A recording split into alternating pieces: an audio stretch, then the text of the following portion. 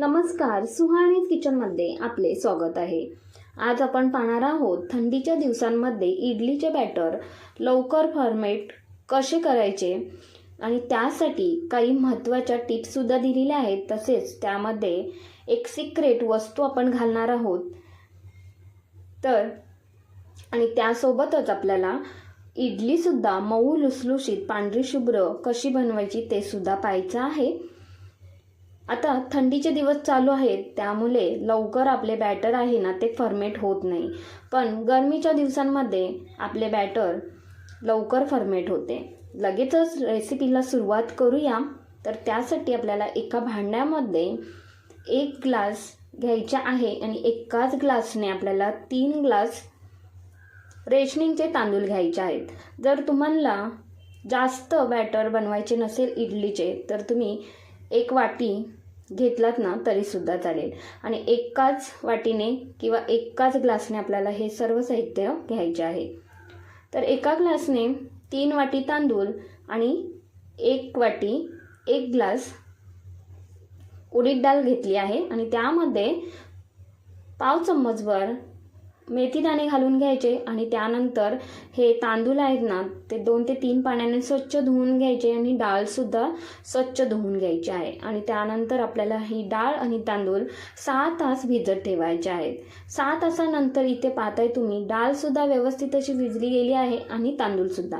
तर एक टिप सांगते, हिवाळ्यामध्ये आपल्याला जेव्हा इडली बनवायची असते ना तेव्हा लवकर तांदूळ आणि डाळ भिजत ठेवायची। सकाळी लवकर भिजत ठेवायची म्हणजे आपले बॅटर सुद्धा आपले लवकर असे फर्मेट होते।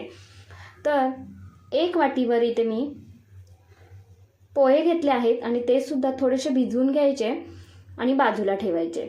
मिक्सरच्या भांड्यामध्ये थोडी डाळ घालून घ्यायची आणि यामध्ये थोडेसे डाळीचेच पाणी मी घालून घेते आणि हे बारीक रवाळ अशी आपल्याला वाटून घ्यायची आहे। डाळ वाटून घेतल्यानंतर एका भांड्यामध्ये काढून घेते। ज्या भांड्यामध्ये आपण इडलीचे बॅटर बनवणार आहोत ते भांडे थोडेसे मोठे घ्यायचे। तर इथे राहिलेली डाळ सुद्धा मी वाटून घेते। भांड्यामध्ये मिश्रण काढून घ्यायचे आणि सारख्याच भांड्यामध्ये तांदूळ घालून घेते आणि यामध्ये अर्धे पोहे मी घालून घेते। पोहे व्यवस्थित भिजले गेले आहेत। आता यामध्ये पाणी घालून थोडेसे पाणी घालायचे आणि हे व्यवस्थित असे बारीक वाटून घ्यायचे आहे। तर इथे मी राहिलेले तांदूळ व्यवस्थित असे हे बारीक वाटून घेतले आहेत। आता पळीच्या साहाय्याने हे व्यवस्थित असे एकजीव करून घ्यायचे। जर तुम्हाला हाताने हे एकजीव करून घ्यायचे असेल ना तरी सुद्धा चालेल। तर हे व्यवस्थित असे मिश्रण आहे ना ते 2 ते 3 मिनिटभर अशा पद्धतीने फेटून घ्यायचे म्हणजे हवेची पोकळी निर्माण होते आतमध्ये आणि आपले बॅटर आहे ना ते लवकर फर्मेट व्हायला मदत होते। तर हे सर्व केल्यानंतर आता यामध्ये आपण जी वस्तू घालणार आहोत ती म्हणजे कांदा। तर तुम्ही केव्हा इडलीच्या बॅटरमध्ये कांदा घातला आहे का? नाहीच घातला ना तर एकदा कांदा घालून तर पहा, मस्त असं आपलं हे इडलीचं बॅटर आहे ना ते फॉर्मेट होते। तर अर्धा कांदा घेतला आहे आणि त्याचे 4 भाग केले आणि ते इडलीच्या बॅटरमध्ये घालून घेतले। पळीने हे आतमध्ये घालून घ्यायचे आणि त्यानंतर यावरती झाकण ठेवायचे आहे। तर ही एक ट्रिक आहे, एकदा नक्कीच करून पहा।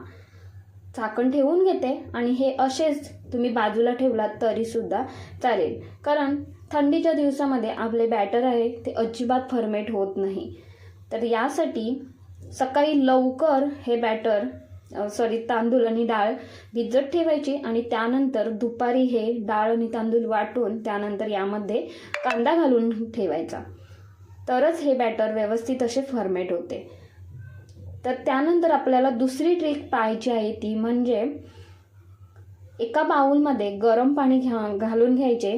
पाणी घातल्यानंतर लगेचच आपल्याला जे बॅटरचे भांडे आहे ते घालून ठेवून घ्यायचे त्या बाउलवरती आणि त्यानंतर यावरती झाकण ठेवायचे।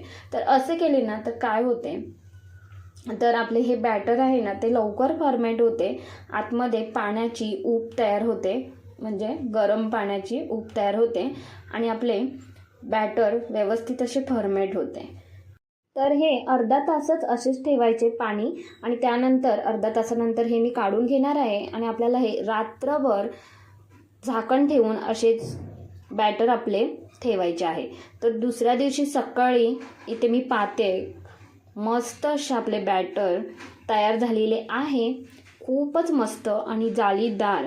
तर इथे पाहते तुम्ही मी कांदा खाली टाकला होता, आता वरती आला आहे, म्हणजे आपले बॅटर फ्लफी असे आपले तयार झालेले आहे. तर कांदा चम्मचच्या साहाय्याने काढून घेते. तर ह्या दोन्हीसुद्धा ट्रिक एकसाथ तुम्ही केलात ना तरीसुद्धा चालेल, किंवा तुम्ही कांद्याची एकदा ट्रिक करून पहा, त्यानंतर गरम पाण्याची करून पहा. खरंच खूपच मस्त आहेत ह्या दोन्हीसुद्धा ट्रिक. तरी पळीने हे व्यवस्थित असे हलक्या हाताने एकजीव करून घ्यायचे. अजिबात याची जाळी आपल्याला मोडायची नाही आहे. खरंच खूपच सुंदर आपले हे इडलीचे बॅटर तयार झालेले आहे आणि जसे मला पाहिजे ना त्याच पद्धतीने हे तयार झालेले आहे. तर आता जेवढे पाहिजे तेवढे मी एका भांड्यामध्ये काढून घेते आणि इथे पाहताय जाळी खूपच सुंदर आलेली आहे या बॅटरला. तर आता चवीनुसार मीठ घालून घेते आणि यामध्ये जर पाणी तुम्हाला पाहिजेच असेल, म्हणजे जास्तच घट्ट असेल बॅटर, तर थोडेसे पाणी यामध्ये तुम्ही घातलात ना तरीसुद्धा चालेल. तर आता माझे बॅटर आहे ना ते व्यवस्थित असे आहे. तर तरीसुद्धा मी 1 चम्मचभर यामध्ये पाणी घालून घेतले आणि हे व्यवस्थित असे फेटून घ्यायचे. व्यवस्थित फेटून घेतल्यानंतर आपले बॅटरसुद्धा मस्त असे तयार आहे. आता इडलीची जी प्लेट आहे ना त्याला तेल लावून घ्यायचे आणि त्यानंतर आपल्याला यामध्ये एक पळी बॅटर घालून घ्यायचे आहे. साईडला मी पाणीसुद्धा इडलीच्या भांड्यामध्ये गरम करायला ठेवले आहे आणि व्यवस्थित अशी उकळी आली पाहिजे त्या पाण्याला. त्यानंतरच आपल्याला हे प्लेट आहेत ना त्या यामध्ये ठेवून घ्यायच्या आहेत. आता भांड्यामध्ये मी प्लेट ठेवून घेते. प्लेट ठेवताना बरोबर ठेवायच्या, म्हणजे पहिली प्लेट ठेवल्याच्या नंतर दुसरी प्लेट ठेवताना पहिल्या प्लेटच्या छिद्राच्या वरच्या बाजूला बरोबर ठेवायची, म्हणजे आपल्या ज्या इडल्या आहेत ना त्या व्यवस्थित अशा वाफल्या जातात. त्यानंतर यावरती झाकण ठेवायचे आणि 20 ते 25 मिनटं व्यवस्थित आपल्याला या इडल्या वाफवून घ्यायच्या आहेत. तर 20 ते 25 मिनटानंतर झाकण काढून घेते. मस्त अशा आपल्या इडल्या वाफलेल्या आहेत. आणि तर तुम्ही इथे सुरीच्या साहाय्याने किंवा टूथपिकने सुद्धा चेक करू शकता, नाहीतर थोडासा पाण्याचा हात लावायचा आणि पाहायचं हाताला चिटकत आहे का मिश्रण. तर अजिबात चिटकत नाही आहे, म्हणजे आपल्या इडल्या आहेत ना त्या व्यवस्थित अशा वाफल्या गेल्या आहेत.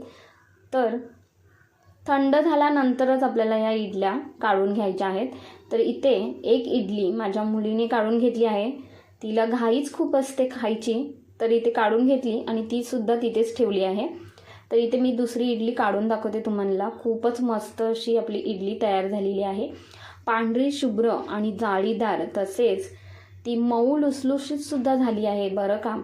तर इथपर्यंतच तुम्ही रेसिपी पाहिलीच असेल तर एक लाईक, शेअर आणि सबस्क्राईब करा बरं का. तर अशाच पद्धतीने इथे मी सर्व इडल्या काढून घेतल्या आणि तुम्ही कोणत्याही चटणीसोबत खाऊ शकता. नारळाच्या चटणीसोबत किंवा तुम्ही टोमॅटो चटणीसोबत खाऊ शकता. तर ही रेसिपी खूपच मस्त आहे आणि थंडीच्या दिवसांमध्ये आपले बॅटर आहे ना ते लवकर फर्मेट होत नाही. तर या 2 ट्रिक आहेत ना त्या नक्कीच करून पहा. करून पाहिल्यानंतर मला कमेंटमध्ये नक्कीच कळवा तुमच्या इडल्या कशा झाल्या त्या.